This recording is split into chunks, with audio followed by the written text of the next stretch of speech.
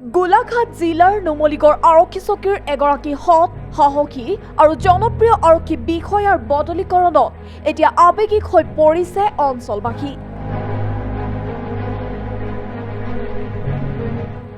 আৰক্ষী বিষয়াৰ বদলীকৰণ এটা চৰকাৰী নিয়ম, তথাপিও সততা আৰু নিষ্ঠাৰে ৰাইজৰ হকে কাম কৰি ৰাইজৰ মৰম আৰু আৱেগ বুটলিবলৈ সক্ষম হয় কিছু আৰক্ষী বিষয়াই।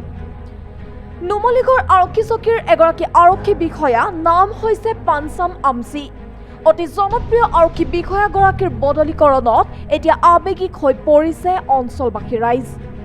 দিন ৰাতি একাকাৰ কৰি ৰাইজৰ হকে কাম কৰি যোৱা এই আৰক্ষী বিষয়াগৰাকীৰ বিদায়ক্ষণত অসংখ্য গুণমুগ্ধই শুভেচ্ছা জ্ঞাপন কৰিছে।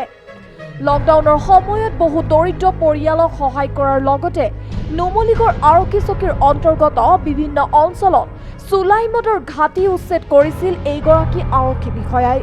আগন্তুক সময়ত সততা আৰু নিষ্ঠাৰে ৰাইজৰ হকে কাম কৰি যাব বুলি এতিয়া অঞ্চলবাসীয়ে জনাইছে অলেখ শুভেচ্ছা।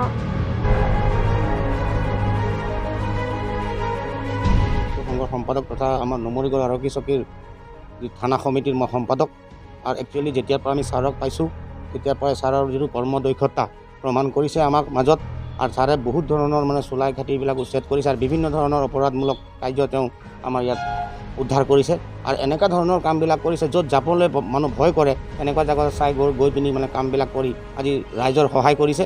আৰু আচলতে ছাৰ আমি দুখ পাইছোঁ আজি বদলি সূত্ৰে গৈছে যদিও ছাৰে যাতে আমাৰ মাজত যেনেকৈ ধৰণে আছিলে তেনেধৰণে বড়োপথাৰতো তেওঁ যাতে ভাল কৰ্মদক্ষতা তেওঁ প্ৰদৰ্শন কৰে।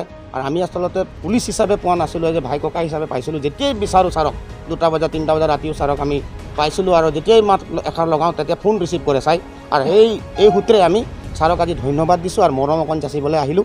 আৰু তেনেধৰণৰ এজন নেক্সট যাতে আমাৰ নুমলীগড় আৰক্ষী চকীত এজন আৰক্ষী দক্ষ আৰক্ষী পাম বুলি আমি আশা কৰিছোঁ।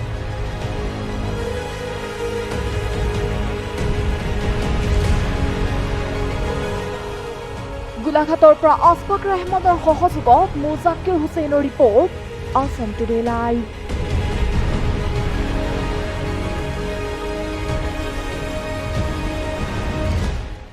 Vito Switchgears and Cables Limited, the fast consumer electrical company in India, announces impressive financial results year-ended 31st of March 2021.